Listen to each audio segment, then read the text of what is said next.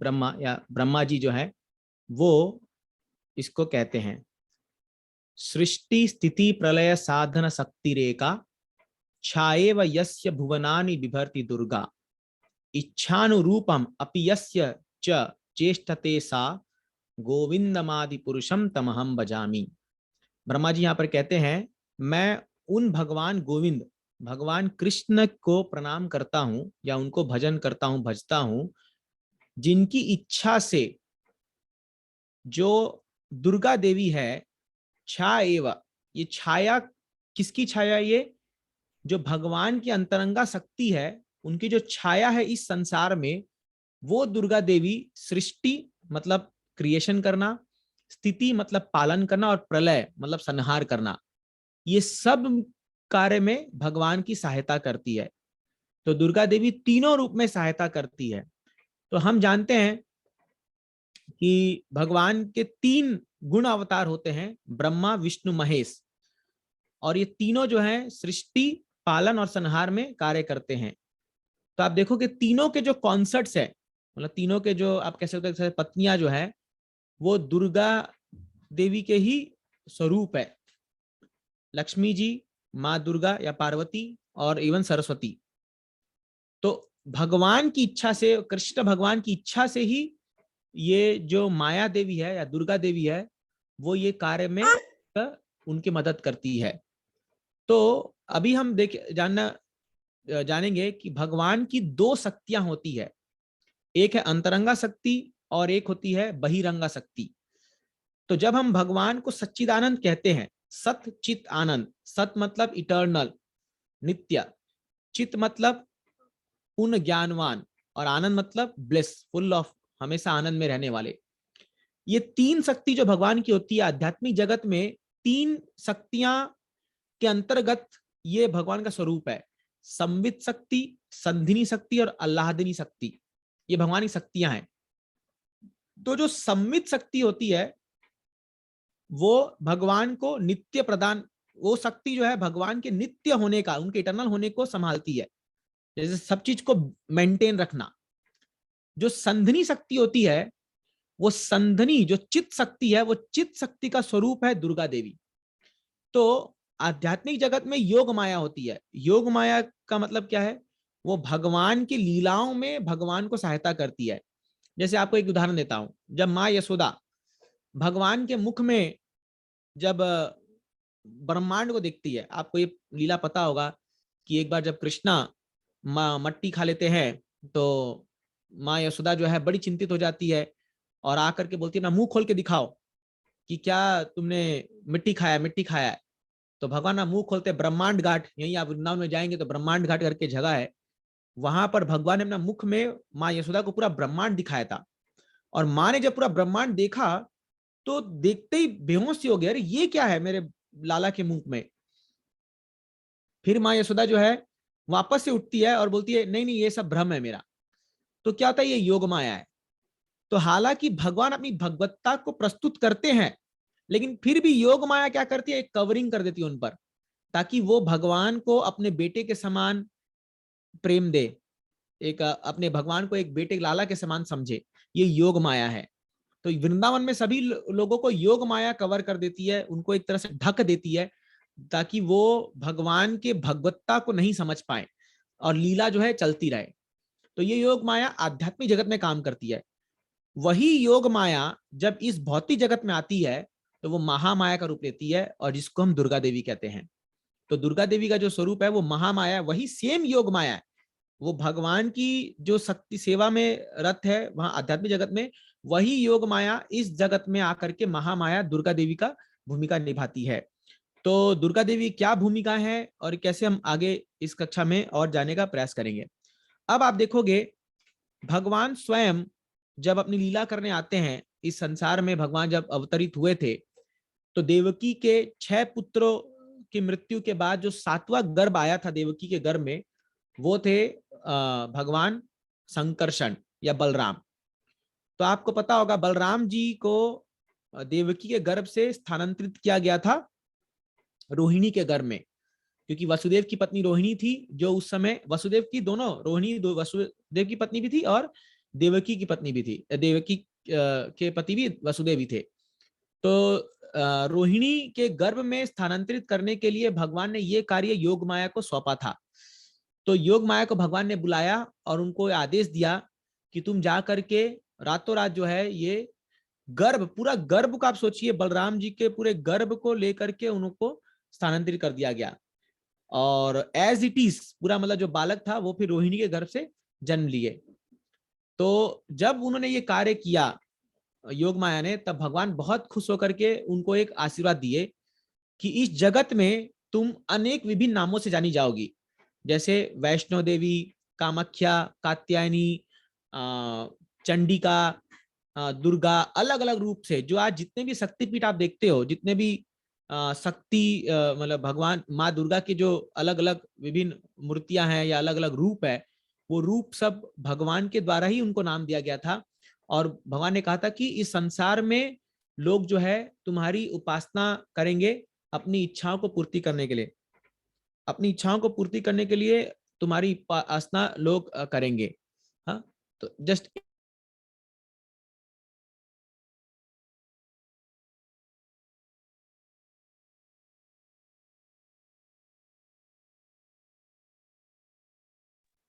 माफ कीजिएगा, कुछ एरर आ गया था। तो यही जो योग माया शक्ति को भगवान ने वरदान दिया था कि तुम विभिन्न नामों से जानी जाओगी और तुम्हारी उपासना होगी इस भौतिक संसार में। खास करके लोग अपनी भौतिक इच्छाओं को पूर्ति करने के लिए तुम्हारी उपासना करेंगे। तो इसलिए आप देखोगे इस दुनिया में जगह जगह आप जाइए तो माँ दुर्गा के बहुत उपासक हैं और बहुत धूमधाम से लोग उपासना करते हैं। और मेनली अपनी कई इच्छाओं को पूर्ति करने के लिए, किसी को संतान नहीं हो रहा तो, किसी को धन चाहिए तो, किसी को अलग अलग चीजों, क्यों उपासना करते हैं? क्योंकि माँ दुर्गा को इस भौतिक संसार का पालन कर जिम्मेदारी दिया गया है भगवान के द्वारा। तो वो कंट्रोल करती है इस मटेरियल वर्ल्ड को, इस भौतिक जगत को, और उनके हाथ में बहुत सारी चीजें हैं। इसीलिए आप देखोगे माँ दुर्गा जो है किसकी पत्नी है? शिव जी की पत्नी है। अभी भगवान शिव जो है वो भी कंट्रोल करते हैं इस मटेरियल वर्ल्ड को। तो जो भी भगवान शिव की उपासना करता है उसको भी दुर्गा देवी बहुत सारा धन धान्य सब देती है। इसलिए कई बार शिव के जो उपासक होते हैं, भगवान शिव के, वो लोग भी बहुत ऑपुलेंट होते हैं, बहुत उनको धन धान्य ऐश्वर्य बहुत प्रदान होता है। तो इसीलिए शिव और दुर्गा ये दोनों जो हैं, ये दोनों मिलकर के ही इस संसार में जीवात्माओं को एक प्रकार से बद्ध रखते हैं और उनकी कई भौतिक इच्छाओं को पूर्ति करते हैं। इसलिए आप देखोगे शिवलिंग जो है, तो शिवलिंग जो है माँ दुर्गा और शिव का कंबाइंड फॉर्म है। और वो शिव के द्वारा, भगवान शिव के द्वारा इस भौतिक संसार में जो है अनेक जीवात्माओं को भगवान विष्णु डालते हैं शिव जी के द्वारा। इसलिए जब भगवान गीता में कहते हैं कि अहम पितामह, जब मैं पिता हूं, तो वो शिव के रूप में अपने आप को बता रहे हैं वहां पर। इसलिए कई बार लोगों में द्वंद्व ही होता है कि कौन बड़ा, शिव या विष्णु। एक्चुअली आप देखोगे तो भगवान शिव को भी कृष्ण ने अपने समान दर्जा दिया है इस संसार में। तो इसलिए शिव तत्व जो है वो जीव तत्व से ऊपर है। अभी हम तीन तत्वों की बात कर रहे हैं यहाँ पर। एक है विष्णु तत्व जो भगवान विष्णु, वराहदेव, वामन देव, नरसिंह देव सब होते हैं। एक है जीव तत्व जो हम लोग सब है, सभी हम जीवात्माएं। और एक है शक्ति तत्व जो भगवान की एनर्जी है, भगवान की प्रकृति है। और एक है शंभु तत्व, शिव तत्व, वो इन सबसे अलग है वो। इसलिए कोई भी व्यक्ति, मनुष्य कभी शिव भगवान नहीं बन सकता या विष्णु नहीं बन सकता। हम जो है हम प्रकृति हैं भगवान के, हम कभी भगवान नहीं बन सकते। हम शक्ति हैं, भगवान शक्तिमान है। जैसे राधा कृष्णा, तो राधा भगवान की शक्ति है और भगवान शक्तिमान है। लक्ष्मी नारायण, वैसी जो है सीता राम, तो ये प्रकृति है और भगवान परम पुरुष है। ये जानना बहुत जरूरी है। अब देखिए जब दुर्गा देवी जो है, दुर्ग का मतलब होता है फोर्ट, फोर्ट मतलब किला। तो दुर्गा देवी का मुख्य कार्य क्या है? इस संसार में जीवात्मा को बद्ध रखना। आप देखोगे माँ दुर्गा, उनके 10 हाथ होते हैं, जो फेमस उनकी मूर्ति अभी बनती है। अभी नवरात्र में कई जगह दुर्गा पूजा सेलिब्रेट होगी, वहां 10 हाथ उनके होते हैं। और 10 हाथ मतलब 10 दिशाओं को कंट्रोल करने वाली। तो ये उत्तर, दक्षिण, पूरब, पश्चिम, पश्चिम, ऊपर, नीचे और 4 कॉर्नर, ये चारों कॉर्नर पूरे 10 दिशाओं को माँ दुर्गा कंट्रोल करती है। और आप देखोगे उनके हाथ में एक त्रिशूल होता है। तो त्रिशूल का मतलब क्या है? त्रिताप, वो उसको कहते हैं आदि दैविक, आदि भौतिक, आध्यात्मिक क्लेश। तो इस जगत में जो लोग भी भगवान की शुद्ध भक्ति नहीं करते हैं, उनको माँ दुर्गा बहुत क्लेश देती है एक्चुअली, क्योंकि वो जेल कीपर है।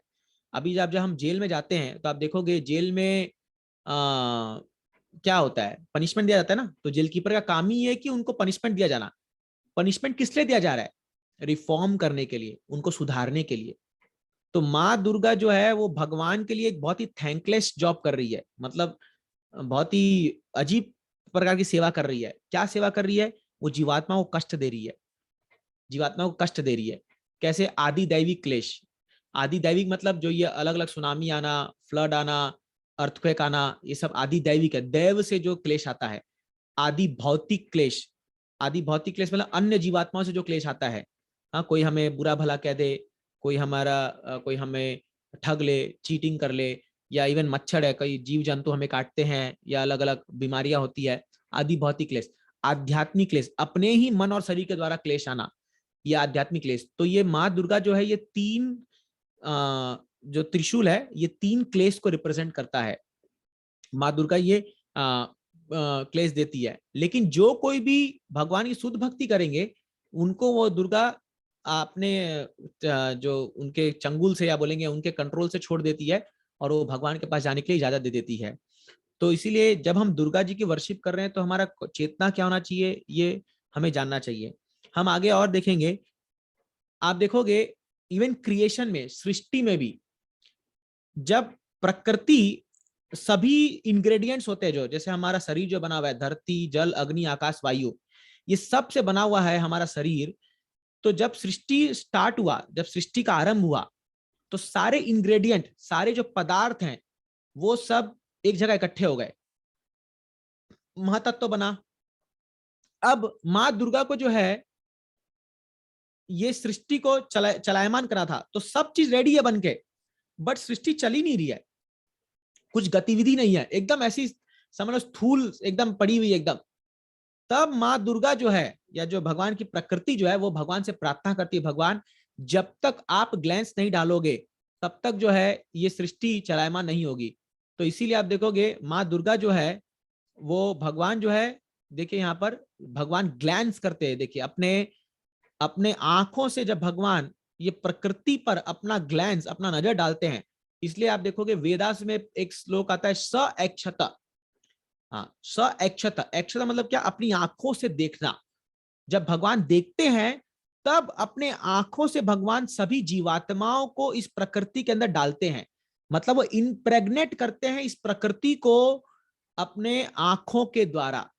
और तब सभी जीवात्मा जब इस सृष्टि पे आते हैं, तब ये चलायमान होता है सब चीज। जैसे आप देखोगे, अगर हमारा शरीर भी जो है, तो हमारा शरीर इंडिपेंडेंट नहीं है, अगर जीव आत्मा इससे चली जाए तो ये मृत हो जाता है, इसको कार्य नहीं करता। उसी प्रकार पूरा ब्रह्मांड, पूरी सृष्टि भी जो है, वो मृत के समान है, जब तक उसमें भगवान अपनी नजर न डाले। तो भगवान को इस सृष्टि को चलायमान करने के लिए केवल अपनी नजर देखने की दरकार है। देखिए भगवान की आंख कितनी पावरफुल है। जब भगवान रामचंद्र, अभी दशहरा आने वाला है, भगवान रामचंद्र जो है, वो केवल एक समुद्र को देख करके उसमें आग उबलने लग गया। जब समुद्र आकर के भगवान को सेतु बांधने के लिए जगह नहीं दे रहे थे, तब भगवान ने खाली देखा भर था, और वो आग बुबला वो होने लग गया। तो भगवान की दृष्टि पात्र में इतनी शक्ति होती है। इसलिए इवन गीता में भी एक श्लोक आता है कि मया अध्यक्षेन प्रकृति सूयते सचराचरम हेतुना न कौन्तेय जगत विपरिवर्तते। मया अध्यक्षेना, मेरी अध्यक्षता में प्रकृति कार्य करती है। सूयते चराचरम, जो भी चर अचर, जो भी कुछ यहाँ चल रहा है सृष्टि में, ये मेरी अध्यक्षता में चलता है, भगवान गीता में कहते हैं। और ये इसलिए इवन दुर्गा देवी जो है, वो इंडिपेंडेंट नहीं है। इसलिए आप ये श्लोक जो हमने पहले में पढ़ा था, उसमें क्या लिखा? इच्छानुरूपम, भगवान की इच्छा से वो कार्य करती है, इंडिपेंडेंट कार्य नहीं करती है वो। तो इनफैक्ट जो भी लोग हमें कुछ भी इस संसार में कुछ बेनिफिट देते हैं, कुछ देते हैं, वो भगवान की इच्छा के बिना वो नहीं दे सकते हम लोग को। ये जानना बहुत जरूरी है ना। तो अब हम देखते हैं कि कई लोग जो हैं माँ दुर्गा की उपासना करते हैं। अभी नवरात्रा चल रहा है, कई लोग उपवास कर रहे हैं, बहुत अच्छी बात है। लेकिन माँ दुर्गा की उपासना करने वाले लोग भी जो हैं, वो भगवान कृष्ण के भी भक्त बन सकते हैं। जैसे एक उदाहरण आता है चंडीदास का। तो चंडीदास करके एक माँ काली का बहुत बड़ा भक्त था, है ना, चंडीदास करके। तो क्या हुआ, उसका भाई जो था वो भगवान विष्णु के भक्त थे।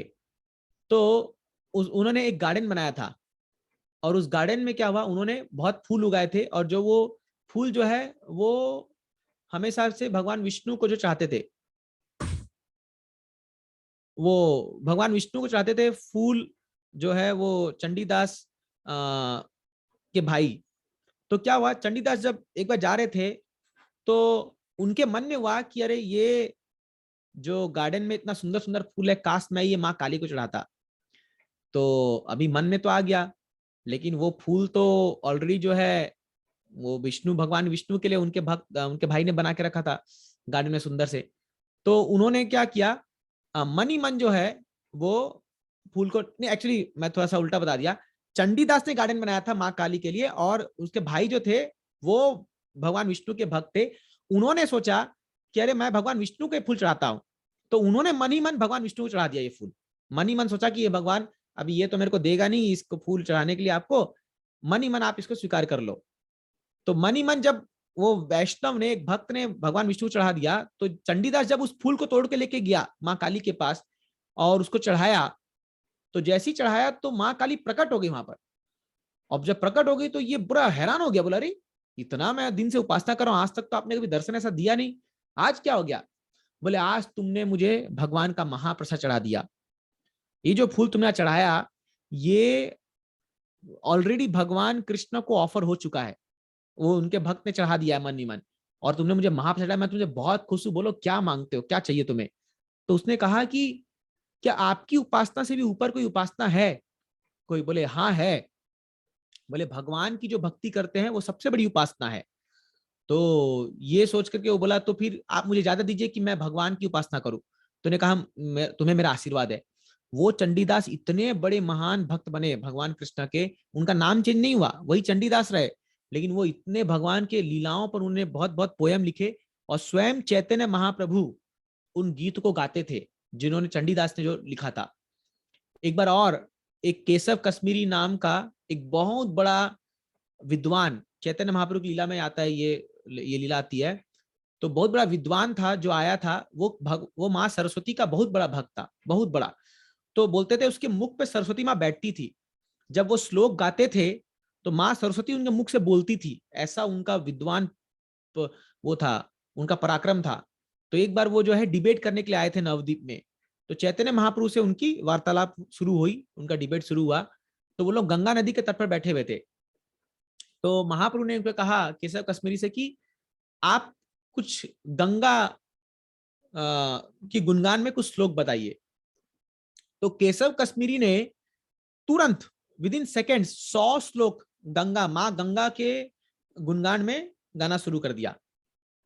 तो जब शुरू कर दिया 100 एकदम धड़ाधड़ 100 श्लोक बोल दिए। तो सब अवाक रह गया, अरे बाप रे इतना जल्दी कोई कैसे कंपोज कर सकता है इतना अच्छा पोएट्री। तो केशव कश्मीर ने कहा हाँ अब आप बताइए क्या है। तो महाप्रभु ने बड़े विनम्रता से वो 100 श्लोकों को दोबारा से गा दिया जो इसने अभी तुरंत सेकंड्स में गाया था। तो केशव कश्मीर हैरान हो गया, बोला अरे आपको इतना जल्दी याद कैसे हो गया? बोला जिस माँ सरस्वती की कृपा से आप श्लोक को बनाना जानते हैं, रचना करना जानते हैं, उसी माँ सरस्वती की कृपा से मुझे याद स्मरण शक्ति अच्छी दी है माता ने। तो उसी माँ की कृपा से मुझे ये स्मरण बहुत अच्छे से हो जाता है। तो ऐसा याद हो गया, तो उसने गा दिया। लेकिन बोले मैं आपका से क्षमा चाहता हूँ, इस श्लोक में, इस पर्टिकुलर श्लोक में, इस पर्टिकुलर लाइन में एक गड़बड़ी है। तो केशव कश्मीर ने कहा गड़बड़ी कैसे हो सकती है? गड़बड़ी हो ही नहीं सकती है क्योंकि इसको मैंने कंपोज किया है। तो फिर चैतन्य महाप्रभु ने उनको कहा कि नहीं इस पे ये गड़बड़ी है, और पूरा एक्सप्लेन करके बताया, और उनको स्वीकार करना पड़ा ये गड़बड़ी है। तो वो पूरा एकदम बिविल्डर हो गया ये केशव कश्मीरी, और इसने सोचा अरे ऐसे कैसे हो सकता है। तो उस दिन रात को जाकर के माँ सरस्वती को उपासना करता है, और सरस्वती माँ इसके सपने में आती है और ये बोलता है माँ आज तक ऐसा दिन नहीं गया जब कभी आपने मुझ पर कृपा नहीं की और मैंने कोई गलती की हो ये श्लोक को सब गाने में, आज ऐसा क्या हो गया? तो माँ सरस्वती ने कहा अरे मूर्ख, तुम जानते नहीं आज तुम किससे भिड़ने गए चले गए थे, आज तुम स्वयं परम भगवान से भिड़ने चले गए, वो तो मेरे भी स्वामी है, जाओ उनके चरणों में पड़ो और उनसे माफी मांगो, तुमने उनका अपमान कर दिया। तब केशव कश्मीरी आग को समझ में आता, अरे मैं स्वयं भगवान कृष्ण से जो है मैंने डिबेट कर रहा हूँ। तो आप देखोगे ऐसे अनेक उदाहरण हैं जहां पर आप इवन आप देखिए, आप जगन्नाथपुरी जाएंगे तो जगन्नाथ जी को जो प्रसाद चढ़ता है, आपको पता है जो भोग चढ़ता है वो सबसे पहले बिमला देवी को जाके चढ़ता है वो भोग। बिमला देवी का जस्ट मंदिर है जगन्नाथ मंदिर के पीछे, और वहां पर बिमला देवी कौन है? पार्वती माता है, वो दुर्गा माता ही है। तो एक बार नारद मुनि जो है कैलाश पर्वत में बहुत नाचते हुए आ रहे थे, बहुत कूदते हुए आ रहे थे, एकदम पागलों की तरह नाच रहे, कूद रहे, गा रहे हैं।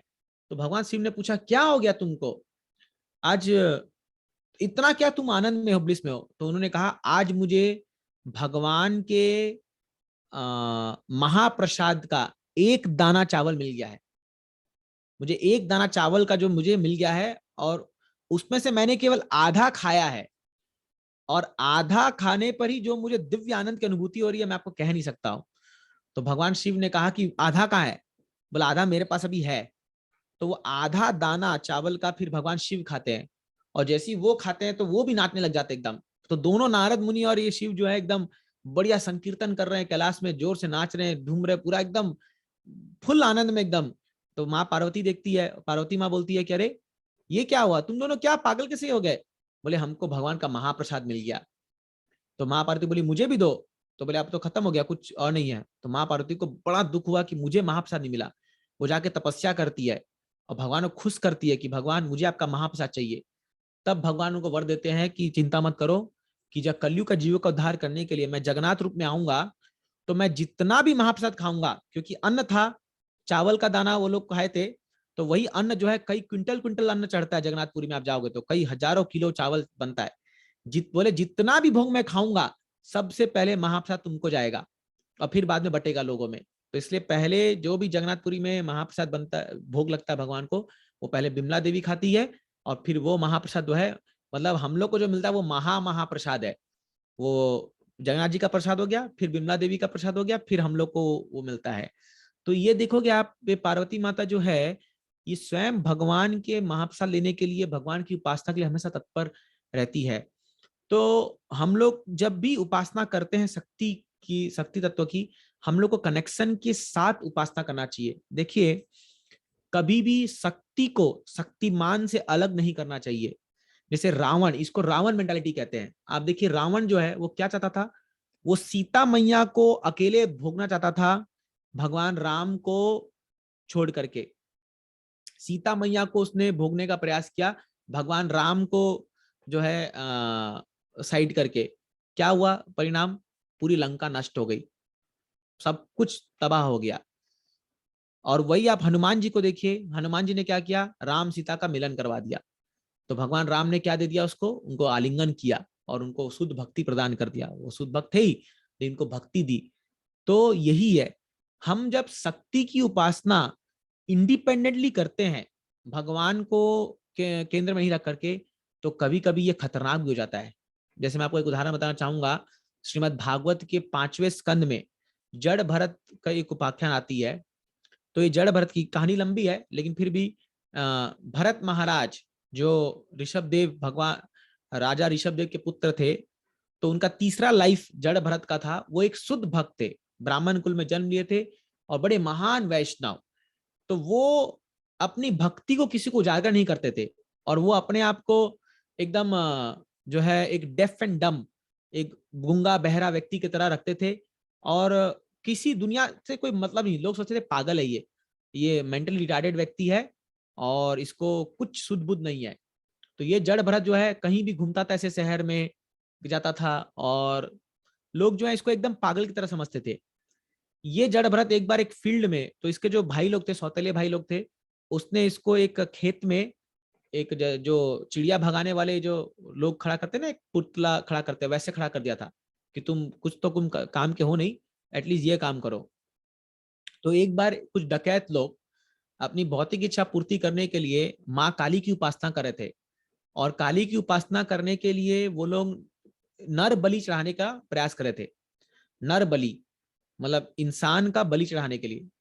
तो वो लोग जिसको लेके आए थे उसमें कुछ खोट निकल गया, कुछ तो प्रॉब्लम हो गया। तो उसको छोड़ना पड़ा। तो ये जो सब थे ये लोग ढूंढ रहे थे किसी नर को जिसका बलि चढ़ाया जाए।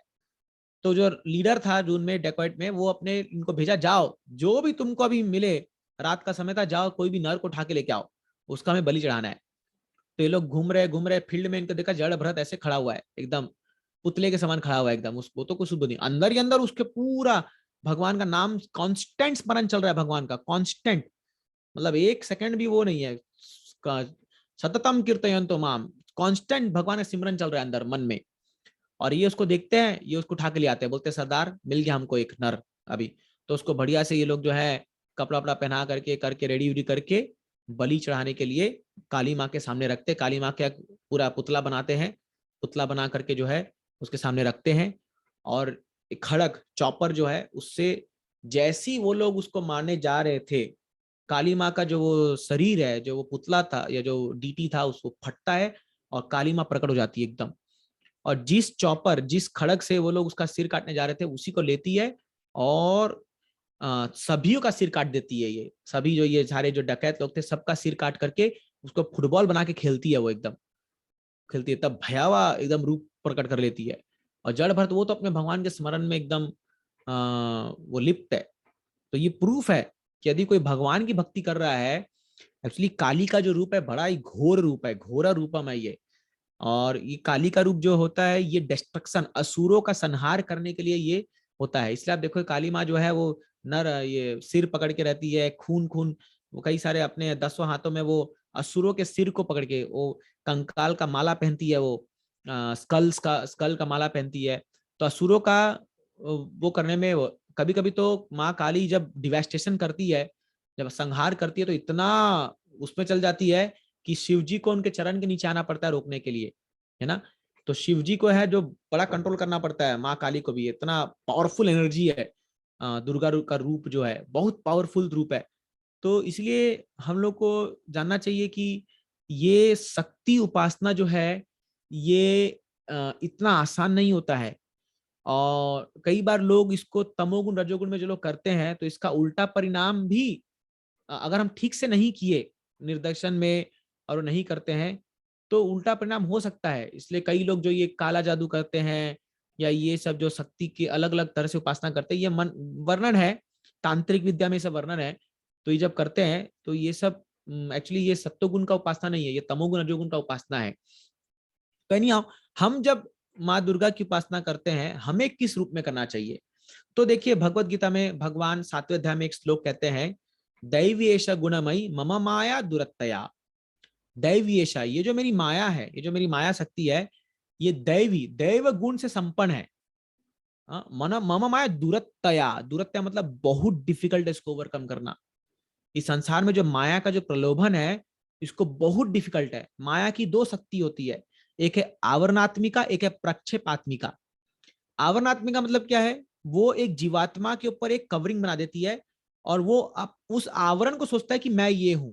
जो तरह तरह के जो उपाधि हम अपने ऊपर लेके बैठे हुए हैं कि मैं एक मेल हूं, या मैं एक पुरुष हूं, मैं स्त्री हूं, मैं ये हूं, मैं वो हूं, मैं प्रोफेसर हूं, मैं इंजीनियर हूं, मैं डॉक्टर हूं, मैं ये हूं, आवरण बना हुआ है। ये आवरणात्मिका। एक है प्रक्षेपात्मिका, भगवान से जो हमारा संबंध है उसको भुला देती है माया देवी। बोलते ना तुम माया में आ गए हो। तो हमें बोलना बड़ा आसान है माया में, लेकिन माया शक्ति इतनी प्रबल होती है कि वो बड़े से बड़े विद्वान व्यक्ति को भी जो है वो एक मतलब इल्यूजन में डाल सकती है। वो बड़े से बड़े विद्वान व्यक्ति को भी इल्यूजन में डाल सकती है ना। तो एक बार व्यास देव ये माया शक्ति के बारे में एक बार एक कक्षा दे रहे थे व्यास देव अपने कुछ शिष्यों को।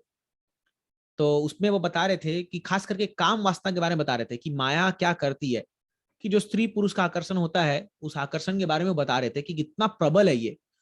तो गीता में भगवान एक श्लोक में कहते हैं कि माया शक्ति इतनी प्रबल होती है कि विद्वान, इवन कोई विद्वान व्यक्ति है जिसके पास बहुत ज्ञान है, शास्त्रों का बहुत निचोड़ है, सब कुछ जो ज्ञान है, वो व्यक्ति भी जो है इससे भ्रमित हो सकता है। तो जैमिनी ऋषि जो वहां पर बैठे हुए थे, जैमिनी व्यासदेव के शिष्य थे, उन्होंने कहा गुरुदेव मैं नहीं मानता कि कोई विद्वान इतना पढ़ा लिखा व्यक्ति जो है वो ये माया के चक्कर में आ सकता है। मैं नहीं मानता इस चीज को। व्यासदेव ने कहा देखो ये भगवान के वाक्य है, इस पे संदेह मत करो, ये सच है कि माया शक्ति इतनी प्रबल है कि किसी भी व्यक्ति को मोह में डाल सकती है, वो किसी भी व्यक्ति को मोह में डाल सकती है। तो वो जैमिनी ऋषि क्या हुआ, वो ठीक चले गए। तो जैमिनी ऋषि अपने कुटिया में आ गए। उस दिन रात को बहुत तेज बारिश हुई और बहुत तेज बिजली कड़क रही थी। एक महिला, एक स्त्री जो है वो खटखटाई रात को जैमिनी ऋषि का दरवाजा। जैमिनी ऋषि ने खोला और कहा कि देखिए, वो महिला कहती है देखिए बाहर बहुत प्रचंड बारिश हो रही है, बहुत घंघोर रात है, बिजली कड़क रही है, मेरे पास कोई स्थान नहीं है रुकने के लिए, क्या मैं आपके घर में आज एक रात के लिए रह सकती हूँ? तो जैमिनी ऋषि ने कहा हाँ तुम वरंडा में बाहर सो जाओ, क्योंकि तुम स्त्री हो, तुम बाहर सो जाओ, मैं अंदर सो जाता हूँ। अंदर मैं कोई दिक्कत नहीं है मेरे को, ये जब बारिश हो जाए सुबह हो जाए चल जाना। तो वो अपना सो गई, ये अपना अंदर सोए हुए हैं। अब रात में इनके मन में चलना शुरू हो गया, अरे अकेले स्त्री है, हाँ अब हार के सोएगी, उसकी तो सही नहीं है, कुछ हो जाएगा तो उसको अंदर ले आए। अभी वो अंदर सोई है। अब जैमिनी ऋषि का मन और विचलित होने लगा। तो धीरे धीरे क्या वो गए उसके पास, बोले कि मुझे तुम्हारा संग करना है। तो वो बोली कि अरे मैं विवाहित नहीं हूँ, तुम अगर करना है तो तुम्हें मुझसे विवाह करना पड़ेगा। तो बोले मैं तैयार हूँ विवाह करने के लिए। अभी कुछ देखिए इतना बड़ा वो ऋषि है और उसका इतना विवेक बुद्धि सब ज्ञान होने के बाद भी जो है बोलते हैं मुझे तो विवाह करना है तुमसे। तो बोले तुम विवाह करने के लिए तो है हमें मंदिर जाना पड़ेगा, मंदिर थोड़ा दूर पे यहाँ पर। बोला तो चलो ना मंदिर, क्या दिक्कत है? बोले नहीं ऐसे नहीं जाऊंगी मैं, तुमको घोड़ा बनना पड़ेगा और तुम्हारे ऊपर मैं बैठ के जाऊंगी। तो वो जैमिनी ऋषि उसमें घोड़ा बन जाते हैं, मतलब दो हाथ और पांव रख करके घोड़े बन करके बाहर चलते हैं। घंघोर बारिश हो रही है, बिजली कड़क रहा है, एकदम तूफान आ रखा है, उसमें वो चल रहे हैं और ये जो स्त्री है उसके ऊपर बैठी हुई है, आप सोचिए। और वो जा रहे हो मंदिर की तरफ। बीच में जो है बिजली कड़कती है और जैमिनी ऋषि जो है जब मुड़ के देखते हैं स्त्री कौन है, तो स्वयं व्यासदेव होते हैं। वो गुरु व्यासदेव जो होते हैं वो स्त्री का रूप लेके आते हैं और इसको दिखाते हैं जैमिनी को। बोले जैमिनी क्या कर रहे हो, तुम क्या करने जा रहे हो? तो वो जैमिनी बोलता है गुरुदेव माफ कीजिए, मैंने जाना नहीं था कि ये माया शक्ति क्या होती है। इतनी प्रबल होती है ये माया शक्ति कि बड़े से बड़े विद्वान को भी जो है कर उसको वो ना कर सकती, वो उसको पार नहीं कर सकता। बड़े से बड़े विद्वान को भी अपने मुंह में, अपने चंगुल में फंसा लेती है। तो इसीलिए इससे बाहर निकलना इतना आसान नहीं है, दुरत्तया बहुत मुश्किल हो जाता है। अजामिल को देखो, अजामिल जो था वो इतना बड़ा ब्राह्मण, इतना अच्छा ब्राह्मण जो है वो जाता है, वो अपने पितामह की इतनी सेवा करता है और सेवा करने हर दिन फूल लेने जाता था। तो फूल लेने जब गया एक दिन तो उसने क्या देखा, एक शूद्रा शूद्रानी एक दूसरे को जो है गले लगा रहे हैं और वे सब घृणित कार्य कर रहे हैं। तो वो देख करके उसका मन पूरा खराब हो जाता है और घर आता है और वो मन में सोचता है मुझे भी वो जो शूद्रानी है या वो जो प्रोस्टिट्यूट है, एक वैश्य है, उसका संग करना है मेरे को। तो अपने माँ बाप को निकाल देता है घर से, पत्नी को निकाल देता है और ये सब लोग का कई सारे ऐसे वैश्या को बुलाने लग जाता है। फिर सारे गलत कर्मों में लग जाता है वो।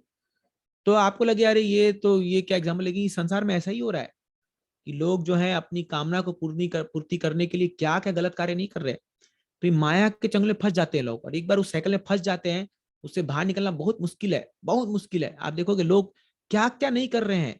हाँ अपने माता पिता की लोग हत्या कर देते हैं, भाई बहन पत्नी तक की भी हत्या कर देते हैं लोग, थोड़े से धन के लिए धोखा दे देते हैं, झूठ बोलते हैं। ये सब क्या है? ये सब माया का प्रकोप है, बहुत भारी प्रकोप है ये माया का। लेकिन भगवान अगला ही श्लोक में बोलते हैं, तो इसका उपाय क्या है? मामेव ये प्रपद्यन्ते मायामेताम तरन्ति ते। जो व्यक्ति मेरी भक्ति करेगा, मामेव ये प्रपद्यन्ते, जो मेरा एकमात्र जो मेरी प्रपद्यन्ते मेरे को सरेंडर करेगा, मायामेताम तरन्ति ते, वो माया के चंगुल से मुक्त हो सकता है। जो मेरी भक्ति करता है, जो मेरे को सरेंडर करता है। इसका ज्वलंत उदाहरण है हरिदास ठाकुर। हरिदास ठाकुर भगवान के ऐसे बड़े महान भक्त थे जो दिन में 3 लाख नाम जप करते थे, 3 लाख नाम। माया देवी उनको प्रलोभन करने के लिए आई थी, वो अकेले जप करे थे। इतना प्रयास करी माया देवी प्रलोभ करने के लिए, नहीं कर पाई। और माया देवी ने कहा हरिदास ठाकुर के, ओ हरिदास ठाकुर तुम शायद पहले ऐसे जीव होगे जो मेरे प्रलोभन से बच गए, तुम मेरे गुरु हो, मुझे दीक्षा दो। तब हरिदास ठाकुर ने उनको हरे कृष्ण महामंत्र में दीक्षा दी थी। तो ये हरे कृष्ण महामंत्र जो है, भगवान की जो भक्ति करते हैं वो लोग ही माया से बच सकते हैं, और माया से बचने का कोई उपाय नहीं है, है ना। तो ये ऐसा मोह में भ्रमित कर देती है व्यक्ति को कि एक अच्छे से अच्छा व्यक्ति भी गलत से गलत कार्य कर बैठता है ना। माइंड पूरा घूम जाता है, इंटेलिजेंस पूरा घूम जाता है। तो इसीलिए जब हम माया देवी की उपासना कर रहे हैं, हमें क्या मांगना चाहिए उनसे? हमें ये मांगना चाहिए, हे माँ दुर्गा, आप जो है, आप तो माँ है, तो आप हमें हमारे ओरिजिनल पिता से, हमारे असली पिता से हमें मिला दीजिए। असली पिता कौन है? भगवान कृष्ण है। भगवान गीता में कहते हैं अहम बीज प्रदा पिता। आप उनसे मिला दीजिए, क्योंकि आप उनके शुद्ध भक्त हो। इसलिए हम देखोगे माँ दुर्गा को वैष्णवी भी कहा गया है, वो वैष्णवी है। भगवान शिव वैष्णव है और माँ दुर्गा वैष्णवी है। और इनफैक्ट पार्वती माँ भगवान की कथा भी सुनती है। कई बार आप देखोगे शिव से चर्चा होती रहती है, तो माँ पार्वती जो है कई बार प्रश्न पूछती है भगवान के विषय में। तो इसलिए जब हम ये नवरात्रा फेस्ट कर रहे हैं, हम उपवास रख रहे हैं या माँ दुर्गा की उपासना कर रहे हैं, हम लोगों को उनसे शुद्ध भक्ति मांगनी चाहिए, क्योंकि वो सक्षम है। कोई भी हम देवी की उपासना करते हैं, उनसे यही मांगे कि हमें कृष्ण की शुद्ध भक्ति दीजिए। देखिए गोपियों ने कात्यायनी व्रत किया था, अभी ये व्रत आएगा, ये कार्तिक महीने में शुरू होता है। तो ये कात्यायनी व्रत में गोपियों ने यही मांगा था। तो हालांकि वो कृष्ण के भक्त है, लेकिन कात्यायनी कौन? कात्यायनी माँ दुर्गा का ही रूप है। उनके उन्हें कठोर पूरे ठंड में, अभी ठंड का महीना में वृंदावन में बहुत जोरदार ठंडी होती है, जबरदस्त। उस ठंड के महीने में सुबह सुबह उठ करके भोर में लोग कात्यायनी व्रत करते थे। कई सारे नियम है उसमें। और कात्यायनी को प्रसन्न होकर के उन्होंने एक मांगा था कि हे माँ देवी, यदि तुम मुझसे खुश हो तो भगवान कृष्ण को हमारा पति बना दो। हमारी एक इच्छा है कि भगवान कृष्ण जो है, या कृष्ण हमारे पति बने। और वही व्रत को पालन करने के बाद भगवान कृष्ण ने सबको अपनी पत्नी स्वीकार किया था, कृष्ण ने। तो जब हम देवी की उपासना करते हैं और कृष्ण भक्ति की हम कामना रखते हैं, तो वो जरूर पूर्ति होती है, जरूर। लेकिन अभी थोड़ा सा दुर्भाग्य ये भी है कि लोग हर एक फेस्टिवल को एक जो है, एक खाली एक मनोरंजन का वो बना लिए है। ये बहुत ही एक परवर्टेड फॉर्म है। चाहे वो गणेश उत्सव हो, चाहे वो ये नवरात्रा हो, चाहे कुछ भी हो, तो उसमें बस जो है लोगों को एक नाच गाने का, एक आनंद करने का बस एक मौका मिल जाता है। उसके पीछे उनको प्रॉपर साइंस, प्रॉपर वो नहीं पता रहता है। तो वो कई बार इसको एक एंजॉयमेंट के रूप में लेते हैं, चलो बस एक आनंद का स्रोत है। नहीं, भक्ति कोई आनंद तो आता है उसमें, लेकिन वो एक पद्धति से की जाती है और गुरु साधु शास्त्र के निर्देशन में की जाती है, तब भगवान उससे खुश होते हैं। नहीं तो हम कुछ भी मनगढ़ंत कुछ भी कर रहे हैं तो वो नहीं है। अभी नवरात्रा में हम कई बार देखते हैं वो फिल्मी सॉन्ग बजा करके लोग डांस कर रहे हैं और वो बोलते हैं तो नवरात्रा है। तो ये कहाँ लिखा है भाई? इसका तो कोई प्रमाण नहीं है। किस शास्त्र में लिखा गया ये? उसका कोई प्रमाण नहीं है। और लोग बस उसको मजे मस्ती के लिए कर रहे हैं। तो ये कोई भक्ति नहीं है। तो इसलिए क्या हुआ है, भारत में खास करके रिलीजन जो है, हमारे धर्म को ही जो है एक परवर्टेड, उसका विस्तार, उसका एक जो है उल्टा रूप वहां बनने लग गया लोग, और उसको एक मनोरंजन का वो बना दिया गया है। चाहे इवन दिवाली भी अभी आ रही है, उसको भी मनोरंजन का वो बना दिया गया है कि दिवाली मतलब फटाका फोड़ो, अच्छे कपड़े पहनो और बस एंजॉय करो। नहीं, उसके पीछे सिग्निफिकेंस है, उसके पीछे लोगों को कारण नहीं पता, उसके पीछे फिलोसॉफी नहीं पता। इसलिए लोग जो है उसके अंदर डिवोशन नहीं है, वो भक्ति नहीं है, खाली वो एंजॉयमेंट है। तो शास्त्र इसकी अनुमति नहीं देता है। जब शास्त्र कहता है कि आप जो भी फेस्टिवल मना रहे हैं उसके पीछे पहले कारण जानिए और उसको परम भगवान से जोड़ के मनाइए, तब आपको इसका असली लाभ मिलेगा। तो अगर आपकी चेतना में वो लिंकअप नहीं है भगवान से, तो उसका कोई लाभ हमें मिलने वाला नहीं है। तो इसीलिए हम जो ये नवरात्रा फेस्टिवल मना रहे हैं, जो भी लोग यही प्रार्थना कीजिए कि माँ दुर्गा से कि हमें कृष्ण की शुद्ध भक्ति दीजिए। ये अगर आप मांगते हैं तो आपका जो जीवन है वो एक सही सफलता के मार्ग पर आगे बढ़ रहा है, और उसमें आपको ये रियली नवरात्रा फेस्टिवल का सफलता मिलेगी। तो इसीलिए हमें एक्चुअली दुर्गा देवी के चंगुल से मुक्ति प्राप्त करना है। वो जेल कीपर है, तो हमें इतना रिफॉर्म होना है या हमें अपने जीवन को इतना शुद्ध बनाना है कि एक दिन वो दुर्गा देवी हमें छोड़ दे इस जेल से। ये जो संसार रूपी जो जेल है, इस जेल से हमें वो बोले अब तुम जाओ, अब तुम क्वालिफाइड हो गए हो। तो आप कई बार आप देखोगे कि इवन जो लोग भक्ति भी करते हैं उनके जीवन में कष्ट आता है, तो लोग बोलते हैं कष्ट क्यों आ रहा है। एक्चुअली माँ दुर्गा उनको टेस्ट करती है कि तुम वाकई में कृष्ण को सेवा करना चाहते हो कि डिस्टर्ब करना चाहते हो। तो टेस्ट लेती है, और टेस्ट में क्या प्यूरिफाई करती है। जब हम धीरे धीरे शुद्ध हो जाते हैं तब वो रिलीज करती है, जाओ अब तुम शुद्ध हो गए हो, अब तुम जाओ भगवान के सेवा में लग जाओ। तो यही इस नवरात्रा फेस्टिवल में हमें अपनी चेतना बनानी चाहिए और